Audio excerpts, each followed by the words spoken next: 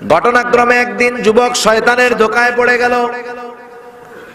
রমণীর সাথে সে রমণীর ঘরের মধ্যে ঢুকে গেল। অনেক দিন প্রচেষ্টার পরে রমণী তার প্রিয় মানুষটাকে কাছে পেয়েছে।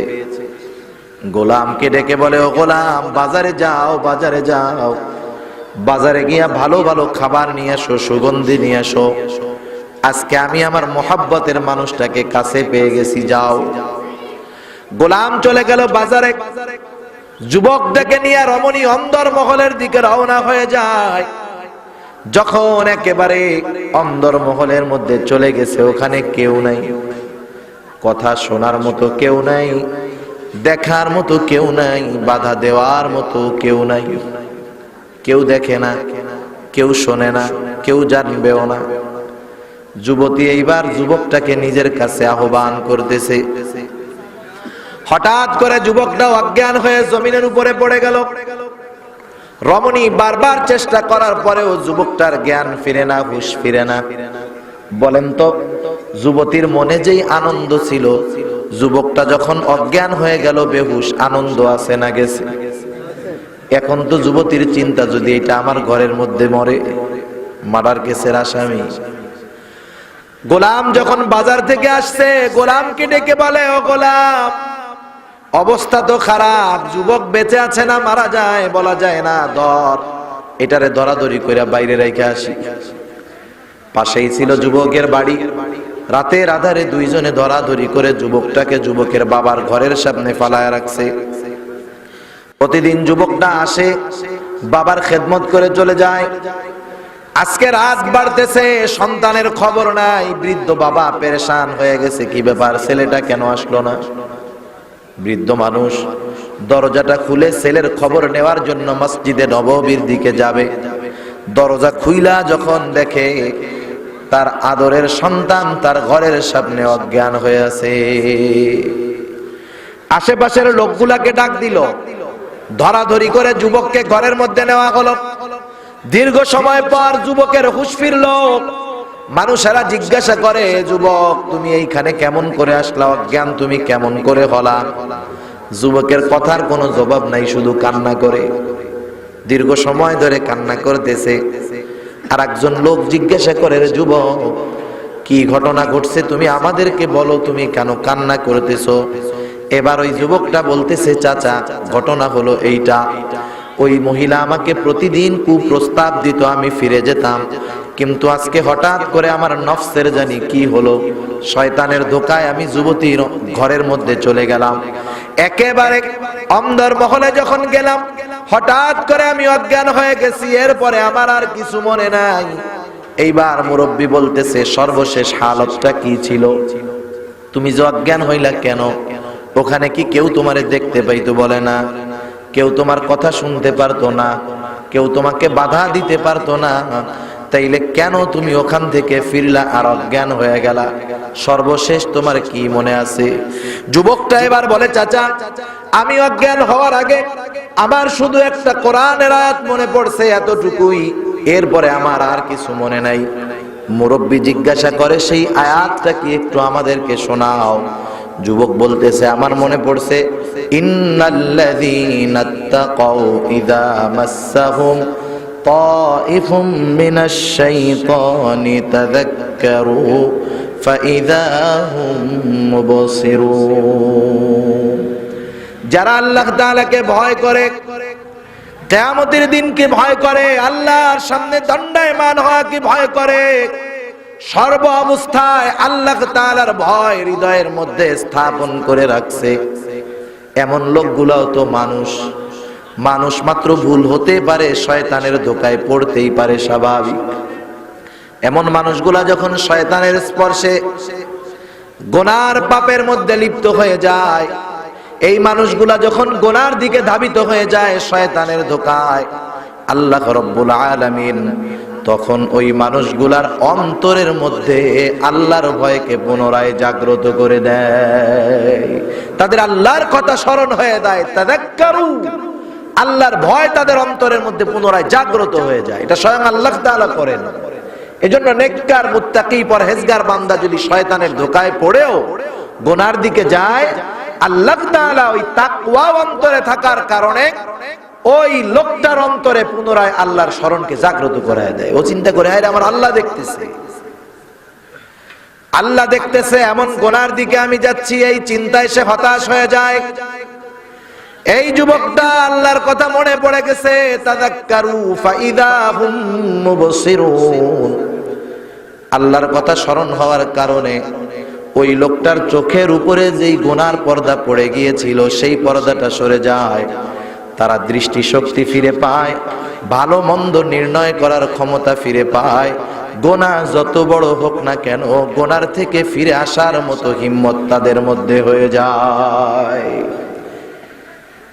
লোকটা এবার, ছেলেটা এবার কান্না করে ওর আব্বারে ওসিয়ত করতেছে, আব্বা আমি যদি এই রাতের বেলায় মারা যাই, আপনার কাছে আমার ওসিয়ত হলো আপনি রাতের মধ্যেই আমাকে দাফন করে দিবেন।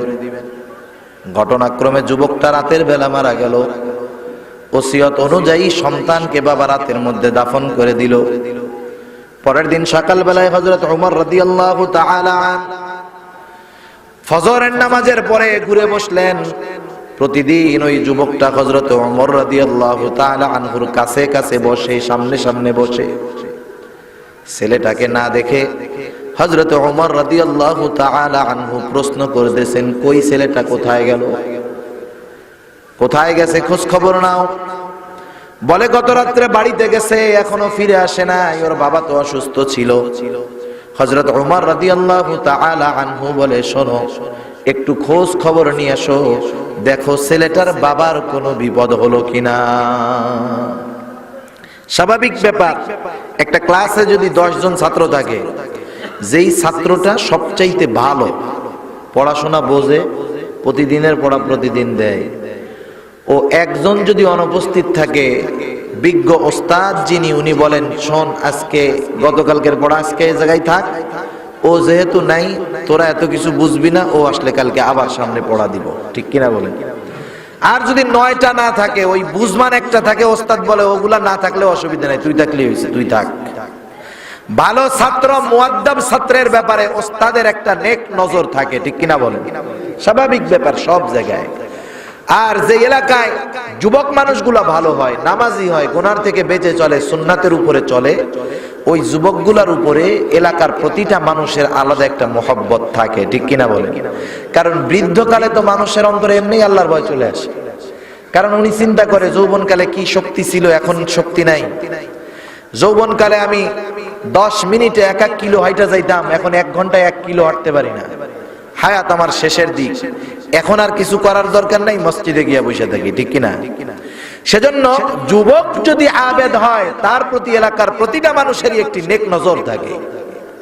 যুবক মানুষ দেখতেও সুন্দর, হযরত ওমর রাদিয়াল্লাহু তাআলা আনহুর কাছে কাছে থাকে, আলাদা একটা খেয়াল ওই ছেলেটার প্রতি আছে। বলে যাও একটু খোঁজ খবর নিয়ে আসো, কোনো বিপদ আপদ হইল কিনা। কয়েকজন চলে গেল যুবকের বাড়িতে, বাবার দরজায় টোকলা দিল। বৃদ্ধ মানুষ দরজাটা খুলতেছে, কিন্তু চোখের মধ্যে পানি। তারা জিজ্ঞাসা করতেছে, চাচা আপনার ছেলেটা কোথায়? গত রাত্রে মসজিদে নববী থেকে বের হয়েছে, এখন পর্যন্ত ফিরে যায় নাই। এইবার মুরব্বী তাদেরকে সব ঘটনা বর্ণনা করলো যে এই ঘটনা হইছে, ছেলের ওসিয়ত অনুযায়ী তাকে রাতের মধ্যেই দাফন করে দেওয়া হয়েছে, এই জন্য তোমরা জানতে পারো নাই। সব ঘটনা শুনে লোকগুলা ফিরে আসলো হযরত ওমর রাদিয়াল্লাহু তাআলা আনহুর কাছে। আসার পরে বলতেছে, ওমর তোমার কলিজার টুকরা যুবক গত রাত্রে এই ঘটনার পরে দুনিয়া থেকে মারা গেছে, তার ওসিয়ত অনুযায়ী তার বাবা তাকে রাতের মধ্যেই দাফন করে দিয়েছে। যখন শুনছে এমন একটা ঘটনা, গুনার এত কাছে গিয়া ফিরে আসছে, এই ঘটনা একটু অবাক হয়ে গেছে। হযরত ওমর রাদিয়াল্লাহু তাআলা আনহু বলতেছেন, চলো যাই, আমি যেই পথে যেখানে আজকে কাজে যাব, যাওয়ার পথেই যুবকের কবরটা বাঁধবে, চলো আমরা যুবকের জন্য একটু দোয়া করে যাব, কবরটা দেখে যাব। রওনা হয়ে গেল হযরত ওমর রাদিয়াল্লাহু তাআলা আনহু লোকদেরকে নিয়ে। পথিমধ্যে যুবকের কবর, সবাই কবর দেখতেছে আর যুবকের ব্যাপারে আফসোস করতেছে, আরে কত ভালো ছিল যুবকটা। হযরত ওমর রাদিয়াল্লাহু তাআলা আনহুর মনের মধ্যে একটা চিন্তা আসছে, আল্লাহ রাব্বুল আলামিন তো কোরআনুল কারীমের মধ্যে বলছেন, ওয়ালিমান খাফা মাকামা রাব্বিহি জান্নাতান, যারা আল্লাহর সামনে দণ্ডায়মান হওয়াকে ভয় করে তাদের জন্য দুইটা জান্নাতের সুসংবাদ। কয়টা জান্নাত? দুইটা জান্নাত। হযরত ওমর রাদিয়াল্লাহু তাআলা আনহুর মনের মধ্যে প্রশ্ন, এই ছেলেটা আল্লাহর ভয়ে পাপ করার সুযোগ থাকার পরেও পাপ করে নাই, এই যুবকটা কি দুইটা জান্নাতের সুসংবাদ পেল কিনা? মনের মধ্যে প্রশ্ন। সবার থেকে আলাদা হয়ে গিয়া যুবকের কবরের মাথার কাছে দাঁড়াইল হযরত ওমর। এবার উচ্চ স্বরে কবরের যুবককে উদ্দেশ্য করে বলে, এ কবরের বাসিন্দা যুবক, আল্লাহ তাআলা তার সামনে দণ্ডায়মান হলে যেই দুইটা জান্নাতের সুসংবাদ দেওয়ার কথা, তুমি কি সেই দুইটা জান্নাতের সুসংবাদ পেয়েছো কিনা? সবাই চিন্তা করতেছে, যায় রে, স্বাভাবিক অনেক সময় মানুষ যখন তার প্রিয়জনকে হারায় তখন কয় না, আল্লাহ ওরে নিলাকে আমারে নিতে পারলে, বলে কি বলে না? কি মনে হয় ওই টাইমে যদি আজরাইল এসে বলে তুইও চল, ও যাবে? বলবে না, ও তো আবেগে বলছি, ঠিক কিনা বলেন? তখন আর আবেগ থাকবে না। মালাকুল মাউত যখন চলে আসবে, তার মানে আবেগে মোহাব্বতে অনেক সময় মানুষ উল্টাপাল্টা বলে, স্বাভাবিক ব্যাপার। সবাই মনে করতেছে হয়তো যুবকটাকে হযরত ওমর বেশি মোহাব্বত করতেন, এই জন্য হয়তো জিজ্ঞাসা করতেছেন কবরের যুবক কিভাবে কথা বলবে। আবার মানুষেরা চিন্তা করে, না না, এত সাধারণ ওমর নয়, যেই ওমর মসজিদের মেম্বারে দাঁড়িয়ে 1000 মাইল দূরে থাকা সেনাপতিকে দিক নির্দেশনা দেয়, যার গলার আওয়াজ মসজিদে নববীর মিনার থেকে, মেম্বার থেকে 1000 মাইল দূর থেকে যেই ওমরের গলার আওয়াজ শোনা যায়, এই তো সেই ওমর যার চিঠি পেয়ে শুকিয়ে যাওয়া নীলনদ পুনরায় প্রবাহিত শুরু হয়। এই ওমর কবরের যুবকের সাথে কথা বলতে পারে, এটা স্বাভাবিক ব্যাপার। সকলে চুপ, নিস্তব্ধ, নীরবতা, কোনো আওয়াজ নাই। এইবার সকলের কানের মধ্যে একটা আওয়াজ আসলো, কেমন জানি কবরের মধ্য থেকে যুবকটা বলতেছে, ওমর, আমার আল্লাহ আমাকে ওই দুইটা জান্নাতের মালিকানাও আমাকে দিয়ে দিয়েছে। অস্বাভাবিক কোনো কিছু নাই, দুনিয়া থেকে মানুষ জান্নাতের সুসংবাদ পেতে পারে, অস্বাভাবিক নয়। কারণ এই ওয়াদা কোরআনুল কারীমের মধ্যে দিয়েছেন কে? আওয়াজ দিয়ে বলেন। মৃত্যু পথযাত্রী খাঁটি মুমিনের কাছে ওই ফেরেশতার বাহিনী এসে জানায়, ভয়ও নাই, চিন্তাও নাই, এবং তাকে আল্লাহর ওয়াদাকৃত জান্নাতের সুসংবাদ তাকে জানায়া দেওয়া হয়। বলে, আল্লাতী কুনতুম তুআদুন, যেই জান্নাতের ওয়াদা আল্লাহ করেছে, তুমি তোমার ব্যাপারে সেই জান্নাতের সুসংবাদ গ্রহণ করো। সুবহানাল্লাহ। কারণ ঈমান আমল ঠিক থাকলে জান্নাতের ঘোষণা আল্লাহ 1-2 জায়গা নয়, অনেক জায়গায় দিয়েছে। যেমন আল্লাহ তাআলা বলেন, ওয়াল্লাযীনা আমানু ওয়া আমিলুস সালিহাতি লাহুম জান্নাতুন তাজরি মিন তাহতিহাল আনহার, আমল করেছে তারা নহর প্রবাহিত জান্নাত পাবে। আর এক জায়গায় আল্লাহ তাআলা বলেন, ইন্নাল্লাযীনা আমানু ওয়া আমিলুস সালিহাতি কানাত লাহুম জান্নাতুল ফিরদাউসি নুজুলা, নিশ্চয়ই যারা ঈমান এনেছে, অনেক আমল করেছে, তাদের জন্য রয়েছে জান্নাতুল ফিরদাউসের মেহমানদারি। তার মানে ঈমানদার এবং নেক আমল করেনেওয়ালা এই দুইটাই যার মধ্যে থাকবে, সে জান্নাতের সুসংবাদ পাবে। আল্লাহ এই ওয়াদা দিয়েছেন। ফেরেশতা এসে সেই সুসংবাদই দেয়, বলে, ওয়া আবশিরু বিল জান্নাহ, ওই মুমিনকে জান্নাতের সুসংবাদ দেওয়া হয়। কোন জান্নাত? আল্লাতী কুনতুম তুআদুন, যেই জান্নাতের প্রতিশ্রুতি, যেই জান্নাতের ওয়াদা আল্লাহ তাআলা দিয়েছে। প্রতিটা মানুষের মৃত্যুর সময় কষ্ট হয়, মৃত্যুর কষ্ট আমার আপনার নবীরও হয়েছে। আয়েশা সিদ্দিকা রাদিয়াল্লাহু তাআলা আনহা থেকে অনেক লম্বা হাদিস, তিনি বলেন, আমার কোলের মধ্যে আল্লাহর নবী দুনিয়া থেকে বিদায় নিয়েছেন, আমি দেখেছি কেমন কষ্ট হয় মৃত্যুর যন্ত্রণা। সেই থেকে কারো ব্যাপারে যদি আমাকে বলা হয় অমকের মৃত্যুর সময় কোনো কষ্ট হয় নাই, এটাকে আমি বড় কোনো ক্রেডিট মনে করি না। মৃত্যুর সময় কষ্ট হয় নাই এটা বড় কোনো বিষয় মনে করি না, কারণ আমার কোলের মধ্যে আল্লাহর নবীর রূহ গিয়েছে, আমি দেখেছি আল্লাহর নবীর কেমন কষ্ট হয়েছে। মৃত্যুর যন্ত্রণা সবারই হয়, অনেক মানুষ টের পায় না। এর কারণ কি? উলামায়ে কেরাম সুন্দর একটা ব্যাখ্যা দেন। কারণ একটা মানুষ যদি কষ্টের চাইতে তার অতি প্রিয় জিনিসটা যখন পায়, একটা জিনিসের কষ্ট আছে কিন্তু ওই মুহূর্তে ওর কষ্টের চাইতে বেশি প্রিয় কোনো জিনিস যদি পায়, মুহূর্তের মধ্যে ওই কষ্টটা সে ভুলে যায়। যেমন এক বাবা অ্যাক্সিডেন্ট করছে, হাসপাতালের বেডে কাতরাইতেছে ব্যথার যন্ত্রণায়। এই মুহূর্তে এসে নার্স বলল, স্যার আপনার সন্তান আসছে, ছোট বাচ্চা 4 বছর বয়স। লোকটা ব্যথার যন্ত্রণায় কাতরায়। এইবার তাকে যখন বলা হলো, স্যার আপনার কলিজার টুকরা সন্তান আপনার সাথে দেখা করতে আসবে, আপনাকে দেখতে চায়, বলেন তো ওই ছোট বাচ্চাটা যখন হসপিটালের ক্যাবিনের মধ্যে ঢুকে ওই লোকটাকে আব্বু বলে ডাক দিবে, আমার তো মনে হয় আব্বু ডাকটা তার কাছে এত প্রিয়, এত মজার লাগবে, মুহূর্তের ভিতরে ওই লোকটা একটু আগের যন্ত্রণা ভুলে যাবে, কোনো সন্দেহ নাই। তখন আর ব্যথা থাকবে না, চোখে পানি থাকবে না। সন্তানকে জিজ্ঞাসা করবে, আব্বু কেমন আছো? ব্যথা শেষ। এই সন্তানকে দেখার পরে দুনিয়ার ব্যথা চলে গেল। অনুরূপভাবে মুমিন বান্দাকে যখন জান্নাতের সুসংবাদ দেওয়া হবে, ও জান্নাতের নেয়ামত পাওয়ার জন্য বেকরার হয়ে যাবে, রূহটা কবজ করা হবে, ওই লোকটা টেরও পাবে না, ব্যথা কিন্তু হবে, কিন্তু জান্নাত পাওয়ার আশায় ব্যথাটা সে অনুভব করবে না। এই জন্য রাসূলুল্লাহ সাল্লাল্লাহু আলাইহি ওয়াসাল্লাম হাদিসের মধ্যে জানায় দেন কার রূহ কিভাবে কবজ করা হবে।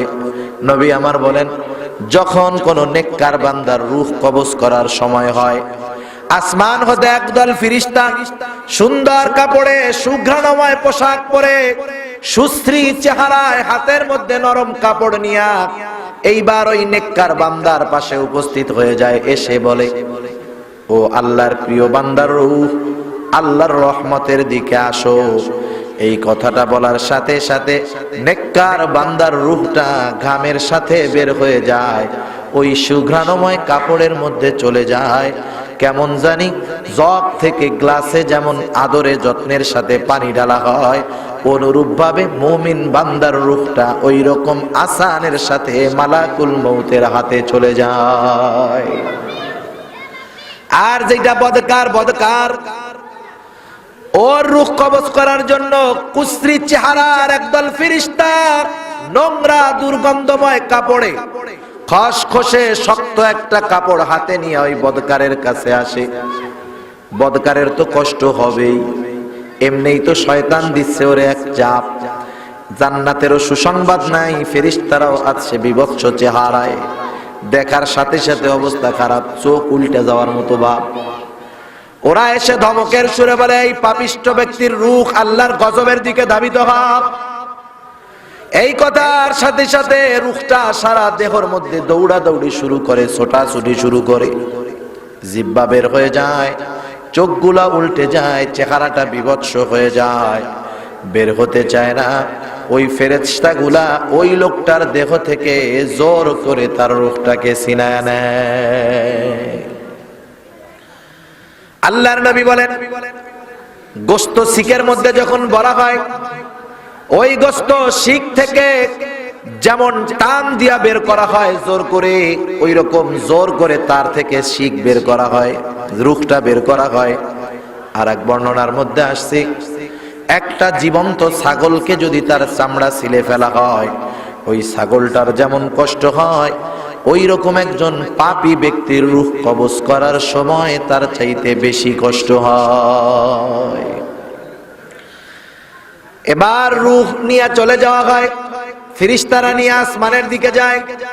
প্রতিটা আসমানের দরজা আছে, প্রতিটা আসমানের দরজা আছে। আল্লাহর নবী বলেন, প্রতিটা মানুষের জন্য 2টা করে দরজা আছে আসমানে।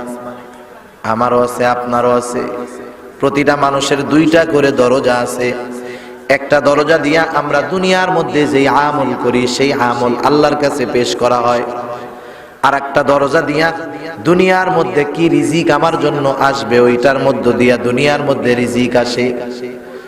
যখন কোন মুমিন বান্দা মারা যায়, আল্লাহ রাব্বুল আলামিন পবিত্র কোরআনুল কারীমের মধ্যে জানায় দেন, পাপিষ্ঠ ব্যক্তি যখন মারা যায় তার জন্য আসমানও কান্না করে না, জমিনও কান্না করে না। আল্লাহ বলেন ফামা বাকাত আলাইহিমুস সামাউ ওয়াল আরদ।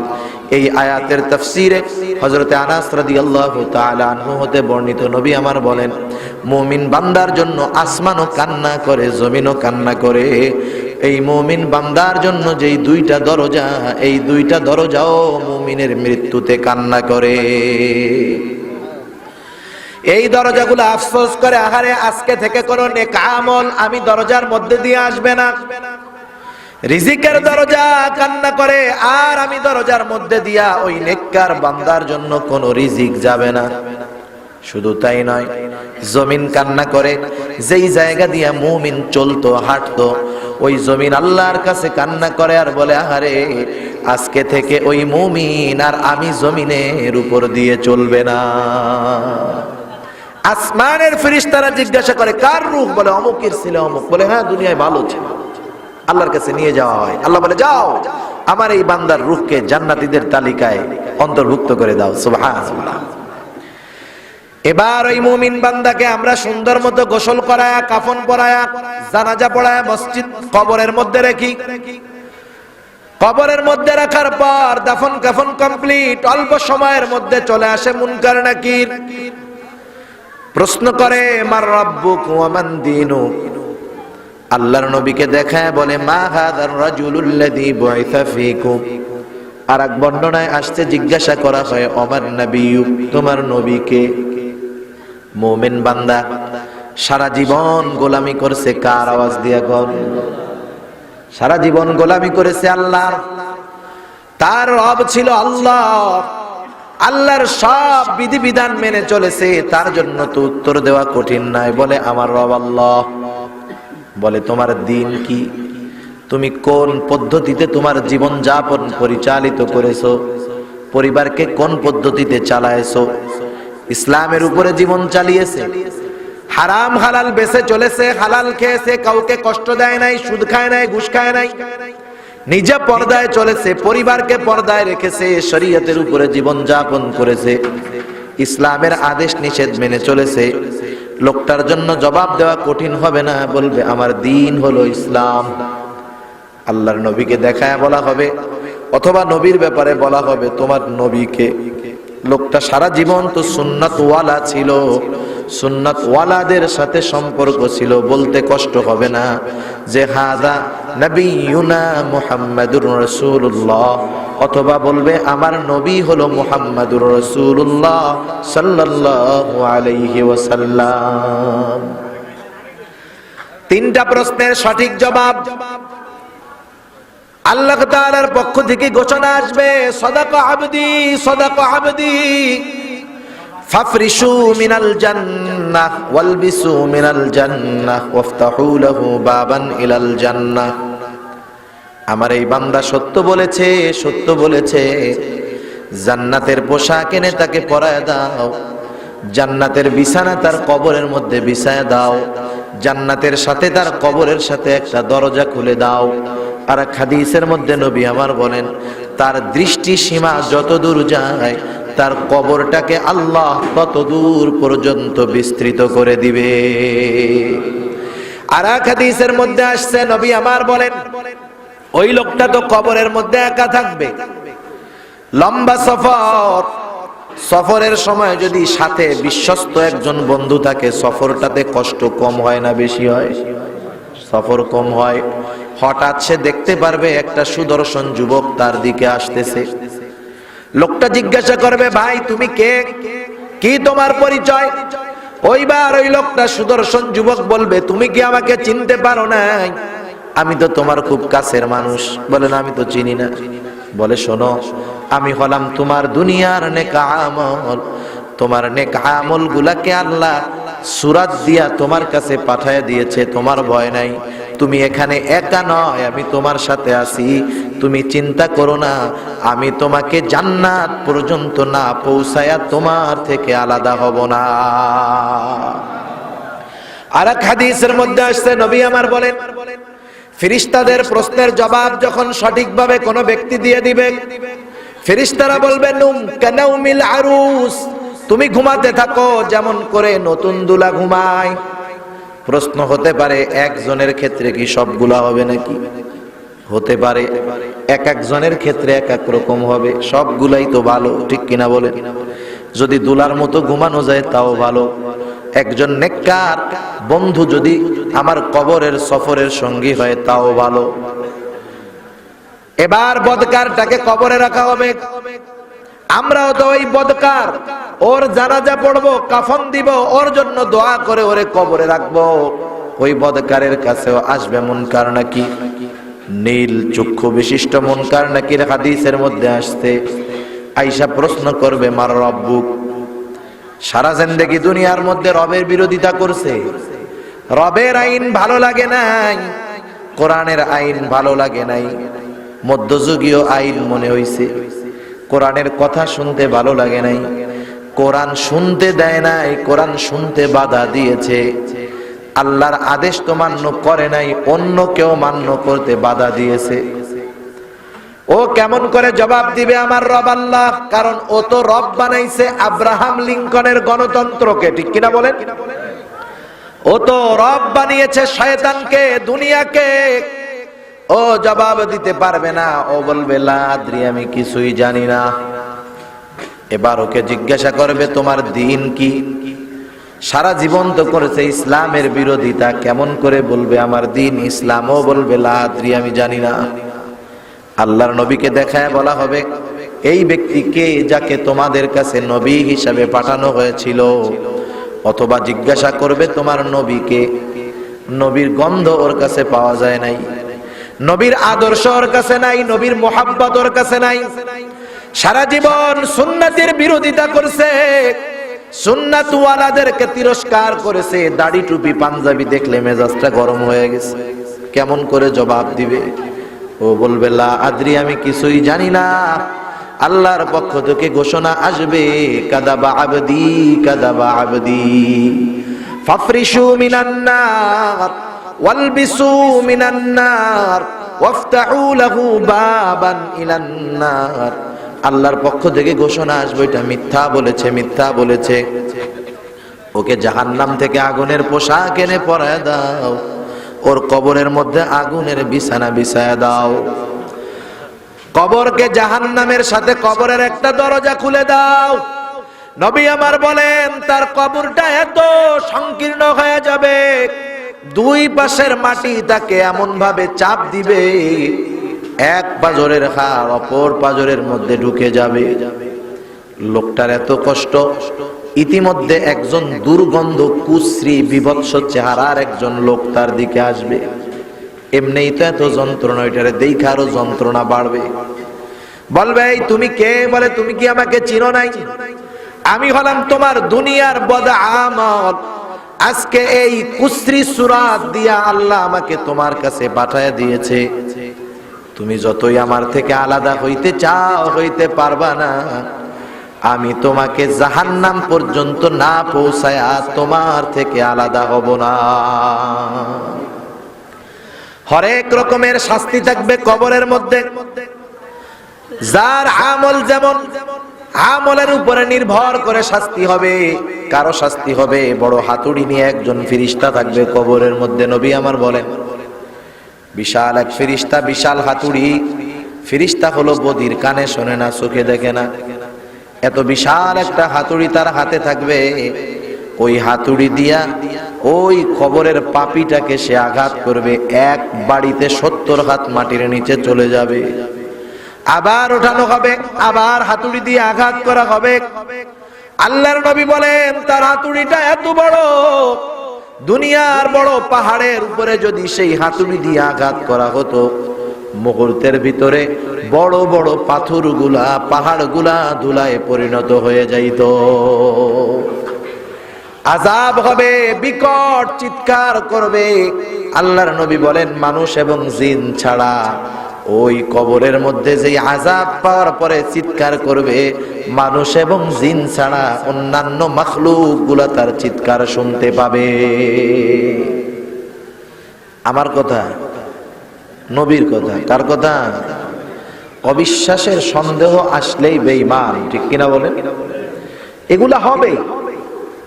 বলতে পারেন হুজুর কবরে নয় তো সাগরের মধ্যে পয়সা মইরা পড়ে আছে, কি হবে? মূলত বিষয় হলো কবর একটা রুলস, একটা নিয়মতান্ত্রিকতা, যে মানুষকে দাফন করার একটা জায়গা। মূল জগৎটা হলো আলমে বরজখ, যেটা মানব চক্ষুর অন্তরালের একটা জগৎ। আমরা ওই তাদের জগৎটা আমরা দেখতে পাই না। তাদের জগতে এখান থেকে যখন স্থানান্তরিত হয়ে আমরা দুনিয়া ত্যাগ করব, আলমে বরজখে যাব, ওইখানে সুখ আছে, শান্তি আছে, কষ্ট আছে, আযাব আছে কিয়ামতের আগ পর্যন্ত। এটা আমাদের চোখের অন্তরালে। কেউ যদি পানির মধ্যে পচে, তার শাস্তি, তার শান্তি আল্লাহ তাআলা ওই জায়গায় ব্যবস্থা করবে। সেজন্য শুধু যে আযাব কবরে দিলেই হবে, কবরে না দিলে হবে না, বিষয়টা এমন নয়। মূল বিষয় হলো আমরা দুনিয়া থেকে স্থানান্তরিত হব, আলমে বরজখের মধ্যে প্রবেশ করব, ওইখানেই আমার দুনিয়ার আমল অনুযায়ী সাইজ অথবা শান্তি শুরু হয়ে যাবে। সেজন্য আমাকে আপনাকে ঈমানের সাথে মারা যায় কিভাবে সেই চিন্তা করতে হবে। আল্লাহ তাআলা সেই জন্য মৃত্যুর সংবাদ আমাদেরকে জানায় দিয়ে বলেন, দুনিয়ার মানুষ, এই দুনিয়া কিন্তু চিরস্থায়ী নয়, ক্ষণস্থায়ী। মৃত্যুর সুধা তোমাকে একদিন পান করতেই হবে। আল্লাহ বলেন কুল্লু নাফসিন যায়িকাতুল মাউত, মৃত্যুর সুধা প্রতিটা প্রাণী পান করবে। কেন করবে? কারণ এই দুনিয়াই শেষ নয়, এই দুনিয়ার নেক আমল বদ আমলের হিসাব আল্লাহ তাআলা নিবেন, এটাও অন্যতম একটা কারণ। আল্লাহ তাআলা এবার বলেন ওয়া ইন্নামা তুওয়াফাউনা উজুরাকুম ইয়াউমাল কিয়ামাহ, কিয়ামতের দিন দুনিয়ায় যে আমল করেছো তার পরিপূর্ণ প্রতিদান দেওয়া হবে। নেক আমল করলেও প্রতিদান পাইবা, বদ আমল করলেও প্রতিদান পাইবা। এই প্রতিদান দেওয়ার জন্য যেই পদ্ধতি দুনিয়া থেকে যাওয়ার, সেটা হলো প্রথম মরণ। ওয়া ইন্নামা তুওয়াফাউনা উজুরাকুম ইয়াউমাল কিয়ামাহ, কিয়ামতের দিন তোমার আমলের পরিপূর্ণ প্রতিদান দেওয়া হবে। সেই দিন যেই লোকটা ফামান যুহজিহা আনিন নার ওয়া উদখিলাল জান্নাতা ফাকাদ ফাজ, যে সেই দিন জাহান্নাম থেকে বেঁচে জান্নাতে প্রবেশ করবে, আল্লাহ বলেন সে সফল হবে। আল্লাহর ভাষায় আমরা সফল হতে চাই না? কারা চাই? একটু হাত উঁচা করি তো, নারায়ে তাকবীর, মাশাআল্লাহ, হাত নামান। সফল হতে হবে, আল্লাহ যেটা সফল বলছে। দুনিয়ার টাকা পয়সা গাড়ি বাড়ি এটা সফলতা নাকি জাহান্নাম থেকে বেঁচে জান্নাতে যাওয়া সফলতা? জান্নাতে যাওয়া সফলতা। আর আল্লাহর নবী বলেন কবর হলো প্রথম ঘাঁটি, যার কবরের বিষয়গুলা সহজ হইল, বাকি ঘাটিগুলা তার অটোমেটিক সহজ হয়ে যাবে। সুবহানাল্লাহ। যখন চেকপোস্ট হয়, চেকপোস্ট এক রোডে মনে করেন 5টা চেকপোস্ট আছে, 5টা চেকপোস্ট, প্রথম চেকপোস্ট থেকে যে ছাড়া পায়, দ্বিতীয় চেকপোস্ট তার জন্য সহজ হয়। কারণ হলো কি, দ্বিতীয় চেকপোস্টওয়ালা চিন্তা করে প্রথম চেকপোস্টওয়ালা তো চেক করছে, যদি ভালো না হইতো ছাড়তো নাকি, ও একটু হালকা পাতলা চেক করে ছেড়ে দেয়। কবর হলো আখিরাতের প্রথম ঘাঁটি, সেজন্য কবরের চিন্তা বেশি বেশি করার দরকার। সাহাবারা পর্যন্ত কবরের চিন্তা করে কান্না করতেন। হযরত ওসমান রাদিয়াল্লাহু তাআলা আনহু জান্নাতের সুসংবাদ প্রাপ্ত একজন সাহাবী, ঠিক কিনা? শুধু তাই নয়, রাসূলুল্লাহ সাল্লাল্লাহু আলাইহি ওয়াসাল্লাম তার নিজ 2টা কন্যা হযরত ওসমান রাদিয়াল্লাহু তাআলা আনহুর সাথে বিবাহ দিয়েছেন। প্রথম মেয়েটা মারা গেল, দ্বিতীয় আরেকটা মেয়ে বিবাহ দিলেন। এবার দ্বিতীয় মেয়েটাও যখন মারা গেল, নবী আমার বলেন ওসমান, আমার তো আর কোনো কন্যা নাই, আমার যদি আরো একটা মেয়ে থাকতো সেটাকেও আমি তোমার সাথে বিবাহ দিতাম। এই হযরত ওসমান রাদিয়াল্লাহু তাআলা আনহুর ব্যাপারে নবী একটি ঘটনাকে কেন্দ্র করে বলেন, ওসমান আল্লাহর জান্নাত কিনে নিয়েছে। মুসলমানেরা যখন মক্কা থেকে মদিনায় হিজরত করে গেল, আজকের দিনের মতো আরব দেশে পানি এত সহজে পাওয়া যাইত না। বিশাল দীর্ঘ দীর্ঘ কূপ খনন করা হতো। আবার সব কুয়ার মধ্য থেকে মিষ্টি পানি উঠতো না, কৃষি উঠতো লবণাক্ত। মক্কা থেকে মদিনায় যখন মুসলমানেরা গেল, মদিনার মধ্যে হলো আহলে কিতাবদের বসবাস, ইহুদি খ্রিস্টানেরা। বছরের পর বছর, যুগের পর যুগ ইহুদিরা অপেক্ষা করতেছে যে শেষ নবী তাদের বংশ থেকে আসবে, তাদের বড় আশা। যখন দেখলো শেষ নবী তাদের বংশ থেকে আসে নাই, এবার নবী এবং উম্মত, ওই নবীর উম্মতদের উপরে তাদের হিংসা ছিল চূড়ান্ত। দেখতে পারতো না নবীকে, নবীর উম্মতদেরকে। যখন মক্কা থেকে মদিনায় আসছে মুসলমান, মদিনার মধ্যে সব কুয়ার পানি পানের উপযুক্ত নয়। একটা পানি ছিল কুয়ার পানি, যার পানিটা ছিল মিষ্টি সুপেয়, কিন্তু কুয়ার মালিক হলো ইহুদি। মুসলমানদেরকে ঠিক মতো পানি দেয় না, কুয়ার ঢাকনাটা আটকায় রাখে, পানির কষ্ট। রাসূলুল্লাহ সাল্লাল্লাহু আলাইহি ওয়াসাল্লামের কাছে বলা হলো, ইয়া রাসূলুল্লাহ, ইহুদি তো আমাদেরকে ঠিক মতো পানি দেয় না, পানির কষ্টে আছে মুসলমানেরা। নবী আমার বলেন, তোমাদের মধ্যে কে আছো ইহুদির থেকে কুয়াটা কিনে মুসলমানদের পানির কষ্টটা দূর করে দিবা? আল্লাহর নবীর সাহাবী, নবীর সামনে যারা ছিল, এদের মতো আশেক দুনিয়ায় আর আছে? আসবে? ওনারা তো ওনাদের সম্পদ, জীবন সব কিছু কুরবান করার জন্য তৈয়ার থাকতেন। সবাই তৈয়ার ইহুদির থেকে কুয়া কিনব। ইহুদির কাছেও খবর গেছে যে মুসলমানদের পক্ষ থেকে, মুসলমানদের নবীর পক্ষ থেকে ঘোষণা আসছে, ইহুদের থেকে কুয়া কিনে দাও, পানির কষ্ট দূর করে দাও। ইহুদি চিন্তা করছে, ওদের নবী যেহেতু বলছে 10 টাকার মাল 100 টাকাও চাওয়া যাবে, কোনো অসুবিধা নেই। মানুষেরা গেছে, অনেকে টাকা নিয়ে গেছে, চিন্তা করছে কুয়ার দাম আর কত হবে, নয় 5000 টাকা, ও নিয়ে গেছে 10,000। ইহুদি বলে কুয়ার দাম 1 লাখ। বলেন তো 5000 টাকার জিনিস যদি 1 লাখ টাকা চায়, কয়জন কিনতে পারবে? সম্ভব নাকি? অনেকজনে ফিরে আসছে, কিনতে পারে না। হযরত ওসমান রাদিয়াল্লাহু তাআলা আনহুর কাছে খবর গেছে। হযরত ওসমান রাদিয়াল্লাহু তাআলা আনহু চলে গেছে ইহুদির কাছে, গিয়ে বলে, ইহুদি কুয়াটা বেচবা নাকি? বলে বেচবো। কত বেচবা? দাম যা 100 গুণ বেশি চায় বইসা আছে। হযরত ওসমান রাদিয়াল্লাহু তাআলা আনহু বলে, যা, ওই টাকা দিয়েই কিনে নিলাম। ইহুদি তো অবাক হয়ে গেছে, বলে কি? কুয়া ক্রয় বিক্রয় হয়ে গেল। হযরত ওসমান রাদিয়াল্লাহু তাআলা আনহু বলে, ও ইহুদি, এই দাম কেন? তুমি যদি আমার সব সম্পদ চাইতা এই কুয়ার বিনিময়ে, তোমার থেকে আমি কুয়া কেনার জন্য আমার সব সম্পদ তোমাকে দিয়ে দিতাম। মুসলমানদের পানির কষ্ট দূর হয়ে গেল। আল্লাহর নবীর কাছে খবর দেওয়া হলো, ইয়া রাসূলুল্লাহ, মুসলমানদের পানির কষ্ট দূর হয়ে গেছে। কুয়ার মালিক এখন মুসলমানেরা। বলে, কে কিনলো কুয়া? বলে, হযরত ওসমান কুয়া কিনে দিয়েছে। শুধু কিনে নাই, এই কুয়াটা কিনে দেওয়ার পর এই কুয়াটা সে মুসলমানদের জন্য ওপেন করে দিয়েছে, মুসলমানদের জন্য উন্মুক্ত, কোনো বাধা নাই পানি নেওয়ায়। রাসূলুল্লাহ সাল্লাল্লাহু আলাইহি ওয়াসাল্লাম বলেন, শোনো, উসমান তো কুয়া কিনে নাই, উসমান এই কুয়াটা ইহুদির কাছে কেনার মাধ্যমে আল্লাহর কাছ থেকে আল্লাহর জান্নাত কিনে নিয়েছে। যার ব্যাপারে এমন ঘোষণা, যার ব্যাপারে আল্লাহর নবীর ঘোষণা উসমান জান্নাতি, সেই উসমান যখন কবরের পাশে আসতেন কান্না করতেন। মানুষেরা জিজ্ঞাসা করতো, উসমান আপনি কান্না কেন করেন?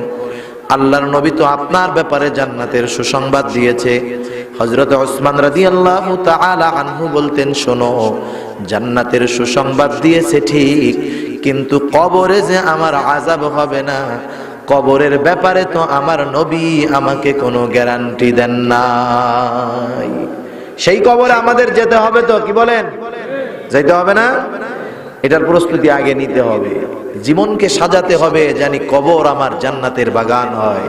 আল্লাহর নবী বলেন, এই কবর এটা কারো জন্য জান্নাতের বাগান, কারো জন্য জাহান্নামের একটা গর্ত। আল্লাহ তাআলা আমাদের সবাইকে নেক আমল করে কবরগুলাকে জান্নাতের বাগান জানি হয় এরকম নেক আমল করার তৌফিক আল্লাহ তাআলা দান করুন। সকলে বলি আমিন।